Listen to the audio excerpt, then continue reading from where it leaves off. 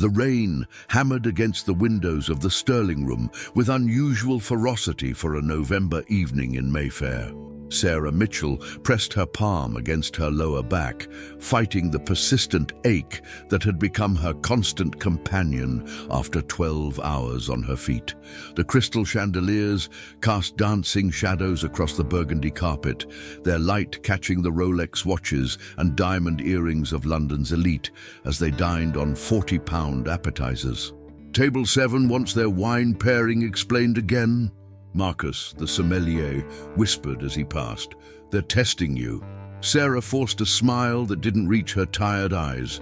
"Table 7, investment bankers celebrating a merger that would likely cost hundreds of jobs." She'd served them twice already this week, and each time they'd found new ways to remind her of her place in their world's hierarchy. The bell above the entrance chimed, barely audible over the classical piano. Sarah glanced up from polishing silverware to see an elderly man shuffle in, water dripping from a weathered flat cap onto the Italian marble. His coat, perhaps navy once, had faded to an indeterminate grey. His shoes, she noticed because she'd been trained to notice, were held together with determination more than leather.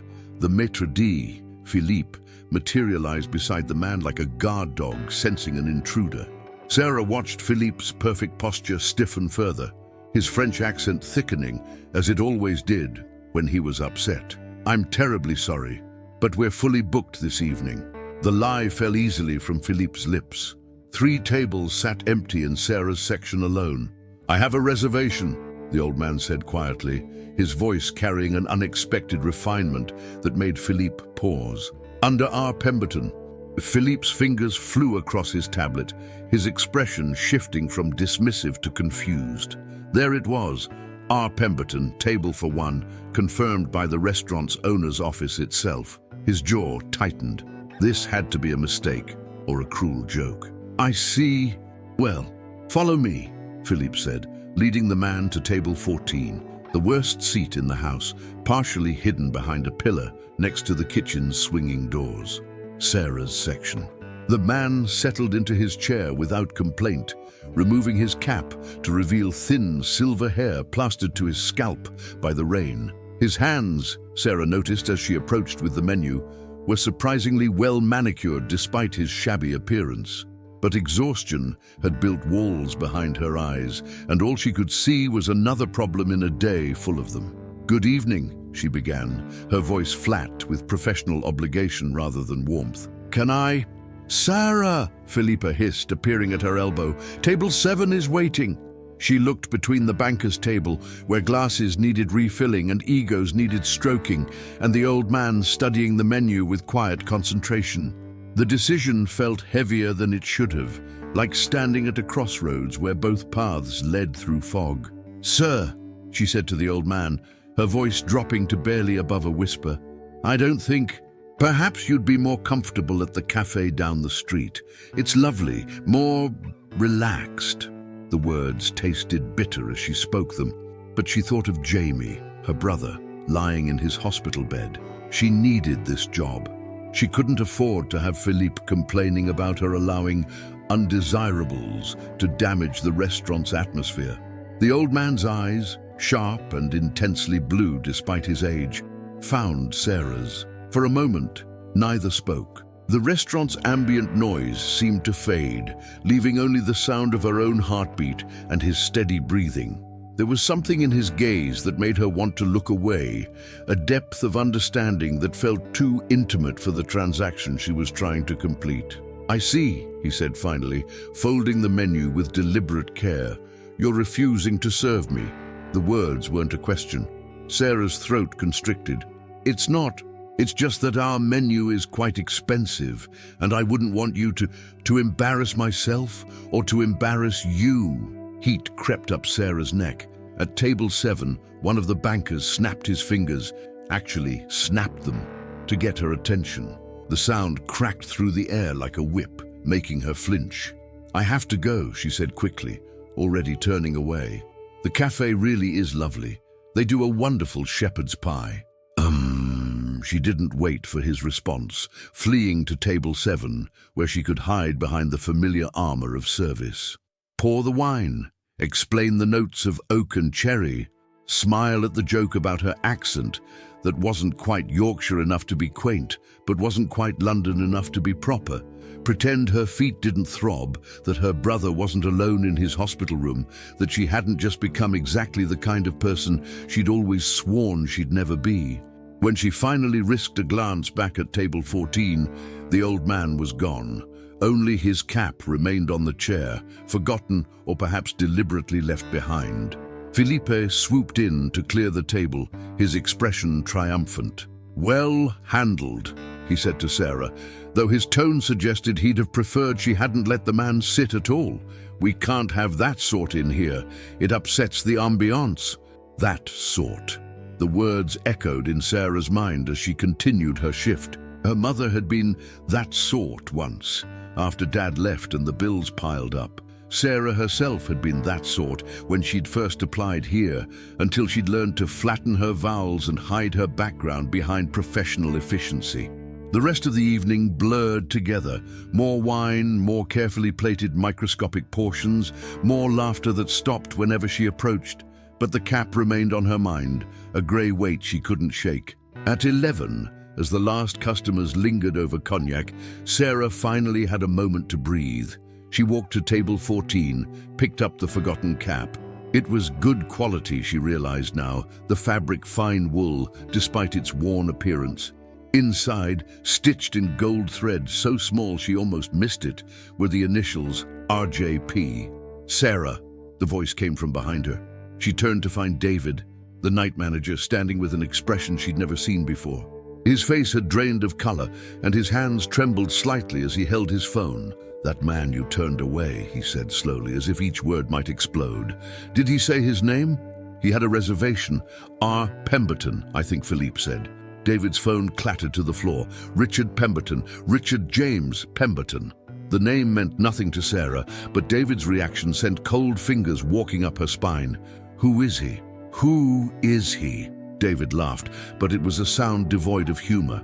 "He owns this restaurant. He owns the building. He owns half of bloody Mayfair." The cap fell from Sarah's numb fingers, landing on the chair with a soft thud that seemed to echo through her chest. The room tilted slightly, and she gripped the table's edge to steady herself. David was still talking, his words tumbling over each other in panic, but Sarah could only hear the rushing of blood in her ears. "He does this," David was saying. "Tests his businesses, his employees. There was that hotel in Knightsbridge. He went in dressed as a vagrant, and when they threw him out, he fired the entire management team, sold the building." Philippe appeared, having overheard, his perfectly composed face finally cracking.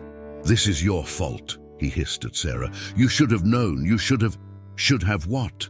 Sarah found her voice, though it shook. "Should have somehow recognized a billionaire in disguise? You're the one who sat him at the worst table.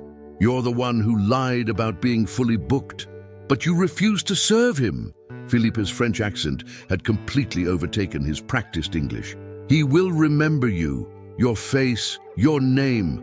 Mon Dieu, we are all finished." Sarah's phone buzzed. Jamie texting from the hospital. "Treatment tomorrow at 8. You'll be here, right? The morning ones are the worst." And the weight of it all, the 12-hour shifts, the humiliation of serving people who saw her as furniture, the constant fear of losing the job that kept her brother alive, suddenly felt unbearable. She laughed, sharp and bitter. "You know what? Good. Let him fire me. Let him fire all of us. At least he knows what we really are now." But even as she said it, her hands shook. Without this job, she couldn't afford Jamie's treatments. The NHS covered the basics, but the experimental therapy that was actually working, that was giving him a chance at a real life, that cost more than she wanted to think about. She worked the rest of her shift in a haze, every shadow in her peripheral vision, potentially Pemberton returning. But he didn't come. When 3 a.m. finally arrived and she could escape, she found herself holding his cap again, running her fingers over the soft wool. The night bus ride home seemed longer than usual. The faces of other late-night workers, cleaners, security guards, hospital staff, all looked as exhausted as she felt. These were her people, she thought, the invisible ones who kept the city running while the wealthy slept in their Mayfair townhouses.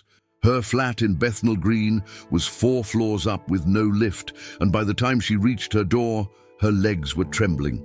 She set the cap on her kitchen counter and stared at it while she made tea. Such a simple thing, but it felt like a grenade with the pin pulled. Her laptop sat open on the coffee table, displaying the business plan she'd been working on for 2 years. Sarah's Kitchen, a community restaurant where people paid what they could afford, where dignity wasn't determined by your clothes or your credit card. She'd been saving every penny, skipping meals, walking instead of taking the tube. She was still £40,000 short of making it real.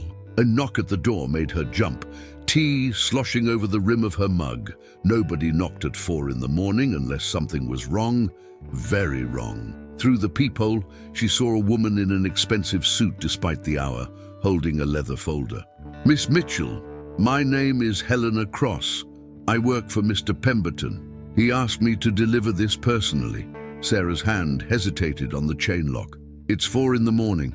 Mr. Pemberton felt this couldn't wait. May I come in?" Sarah kept the chain on, opening the door just wide enough to see Helena Cross properly. The woman looked like she'd stepped from a boardroom rather than climbed 4 flights of dingy stairs. Her suit probably cost more than Sarah made in a month. "Whatever he wants to say, he can say it during business hours," Sarah said, exhaustion making her bold. "I've just worked a 12-hour shift. I have to be at the hospital in 4 hours." Helena's expression softened slightly. "The Royal London Hospital, yes. Your brother Jamie is receiving treatment there for acute lymphoblastic leukemia, the experimental CAR-T therapy, if I'm not mistaken." Ice flooded Sarah's veins. "How do you—" "Mr. Pemberton is very thorough." Helena lifted the leather folder. "This can't wait because it concerns your brother's treatment tomorrow. Please." Against her better judgment, Sarah removed the chain.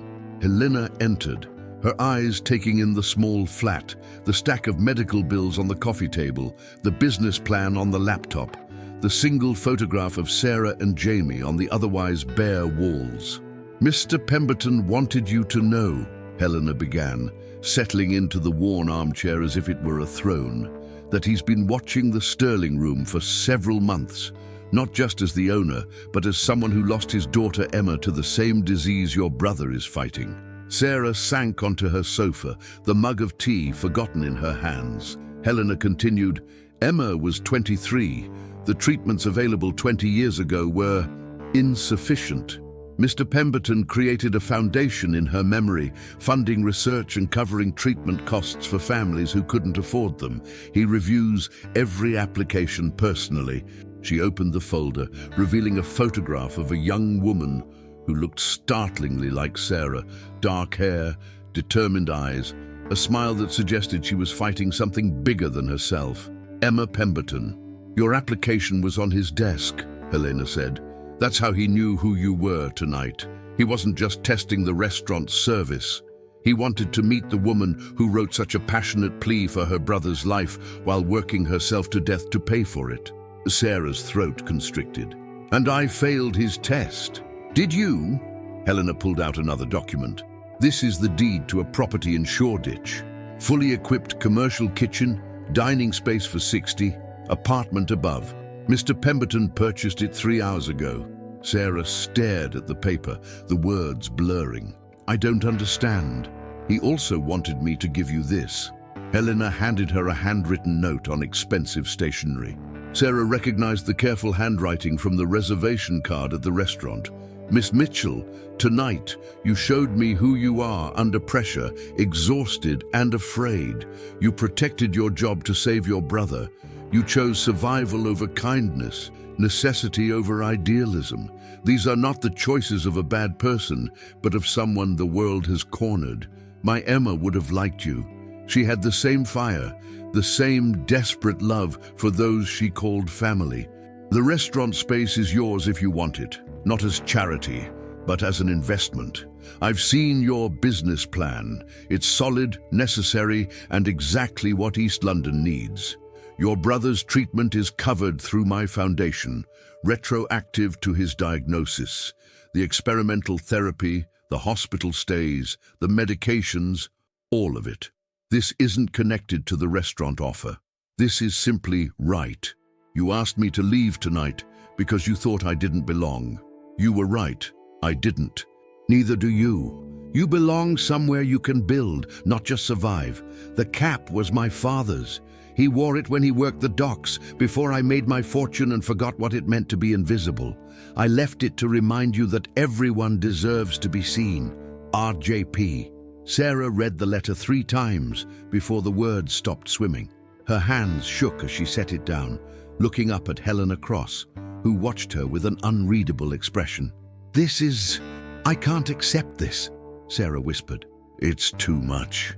That's what Emma said when her father tried to pay for her treatment, Helena replied. She insisted on working through her illness, volunteering at a soup kitchen even during chemo. Mr. Pemberton learned something from losing her. That pride shouldn't be a luxury only the wealthy can afford. Sarah stood abruptly, pacing to the window. The London skyline sparkled in the pre-dawn darkness. A city of millions of stories, millions of struggles. What does he want from me? Nothing you wouldn't already give. Run the restaurant you've dreamed of. Create a space where dignity isn't conditional, that's all.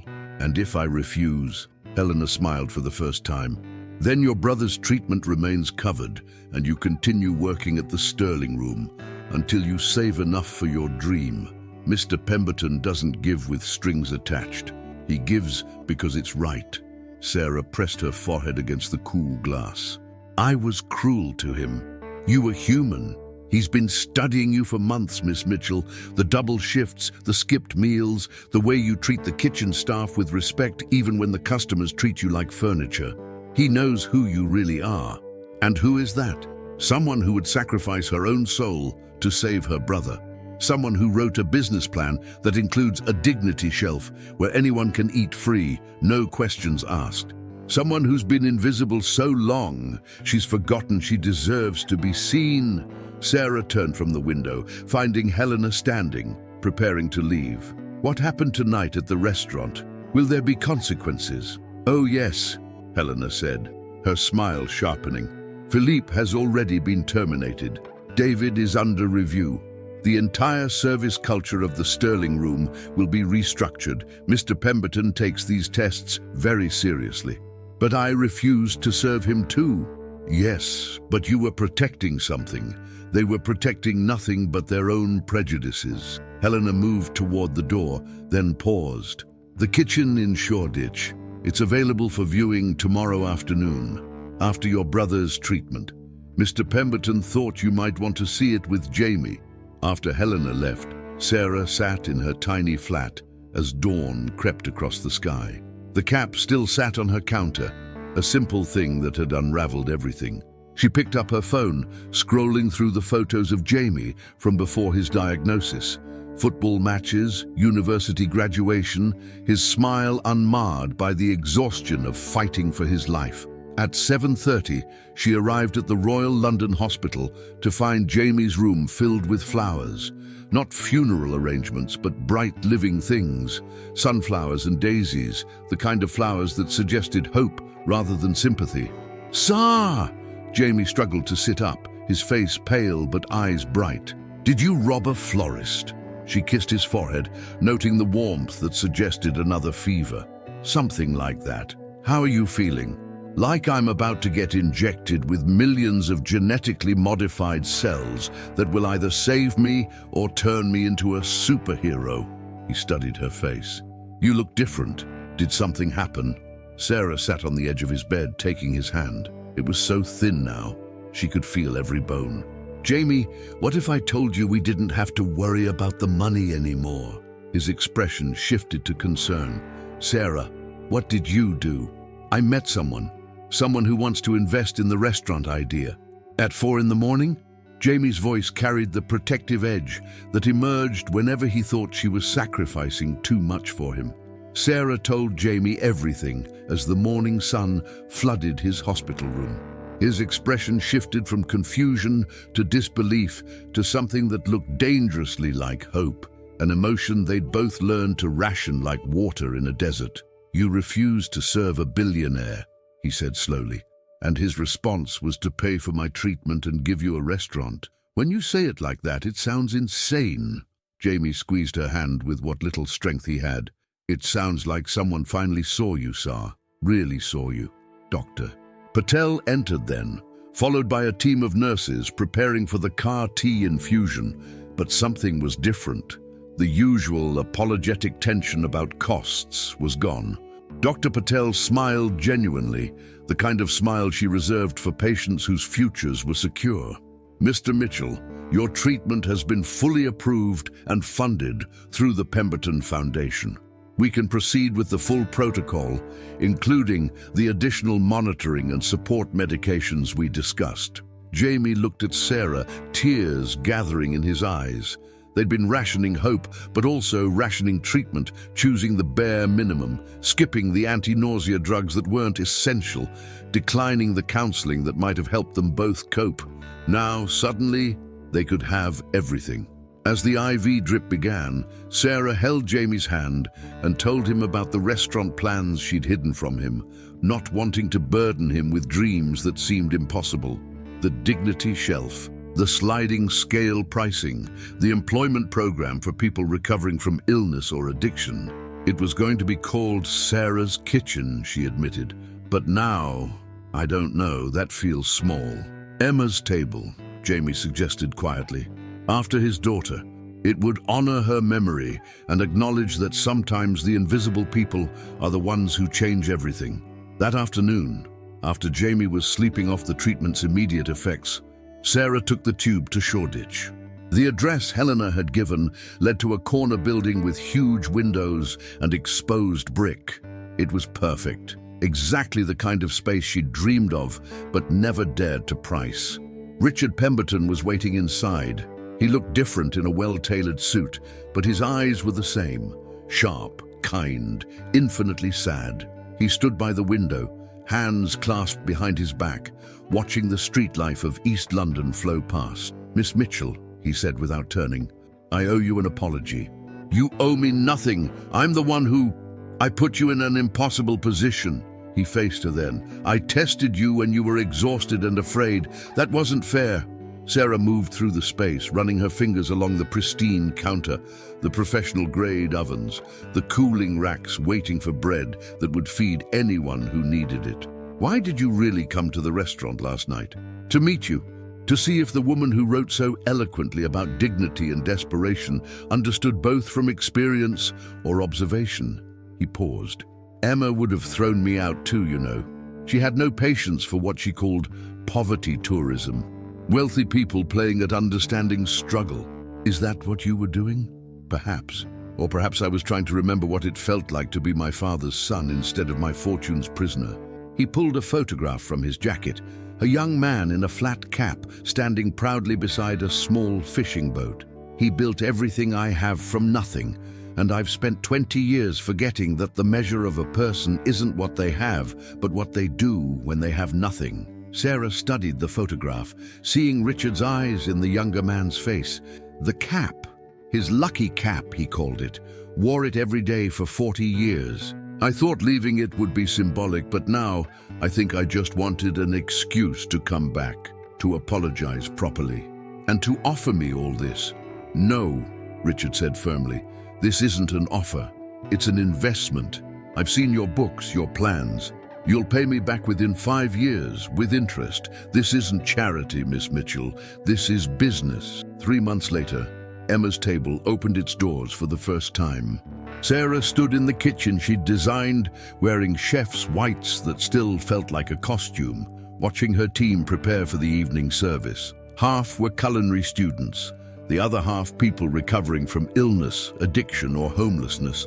A mix that shouldn't have worked, but somehow did. Jamie sat at the counter, thin but gaining weight, his latest scans showing the treatment was working. He'd become the restaurant's unofficial historian, collecting stories from everyone who ate there, building a written monument to the invisible. 5 minutes, Sarah called out, and her team responded with the focused energy she'd cultivated over weeks of training. The dining room was full, a mix of paying customers and those who'd come for the dignity shelf, sitting side by side without distinction. Richard Pemberton had insisted on being a regular customer, not an owner presence. He sat at table 14, they'd numbered it that way deliberately, wearing his father's cap. Beside him sat Philippe, whom Richard had hired to work the dignity shelf after his termination from the Sterling Room. It was, Richard had said, a chance for everyone to learn who they really were. Helena Cross had become an unexpected ally, using her connections to bring in customers who could afford to pay full price, subsidizing those who couldn't. She'd also hired Sarah's former colleague Marcus, the sommelier, to run wine education classes for anyone who wanted to learn. 2 minutes, Sarah called, checking each station. The soup, a recipe from her mother, simmered perfectly. The bread, baked fresh that morning, filled the space with warmth. Everything was ready. Through the service window, she saw a familiar face enter. David, the night manager from the Sterling Room, stood uncertainly at the door. He'd lost his job after the review she'd heard. His suit was wrinkled, his confidence gone. He looked like someone who'd discovered what invisibility really meant. Sarah stepped out of the kitchen, crossing to him. David. Sarah, I heard about this place. I shouldn't have come. Everyone's welcome here, she said, meaning it. That's the point. She led him to a table, handed him a menu that included the dignity shelf option without shame or segregation. The soup's good today. My mother's recipe. As she returned to the kitchen, she caught Richard watching her, a small smile on his weathered face. He raised his water glass in a silent toast, and she nodded back. The orders began flowing in.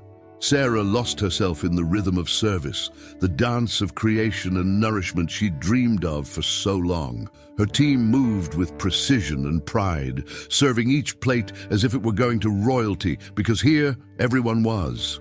Halfway through service, Jamie stood tapping his glass. The room quieted. 6 months ago, he began, his voice stronger than it had been in years. My sister refused to serve someone because she thought he didn't belong. She was trying to save my life, and she thought that meant sacrificing her principles. But that man saw something we'd forgotten, that everyone belongs somewhere.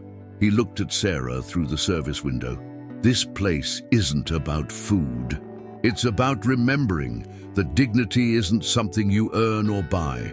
It's something you recognize in others and nurture in yourself. Richard stood then, removing his father's cap. To Emma, he said simply, who believed a better world was always possible. To Emma, the room echoed, a mix of accents and backgrounds united in a moment of grace. Sarah watched from her kitchen as the evening unfolded. Business people shared tables with students. Elderly pensioners sat beside young families. The dignity shelf emptied and was refilled without fanfare or judgment. Stories were exchanged, connections made, boundaries dissolved. As the last customer left near midnight, Sarah stood in her kitchen, exhausted but whole. The cap, Richard had insisted she keep it, hung on a hook by the door, a reminder that everyone deserves to be seen, to be served, to belong. Jamie appeared in the doorway, holding his notebook.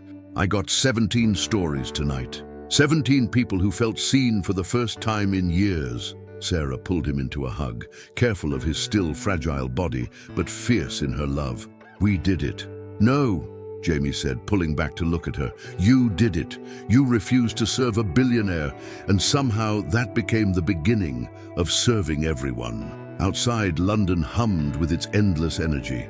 But inside Emma's table, Sarah had created something different, a space where the invisible became visible, where dignity was universal, where a forgotten cap could remind them all that revolution sometimes begins with recognizing who really doesn't belong, those who refuse to see the humanity in others.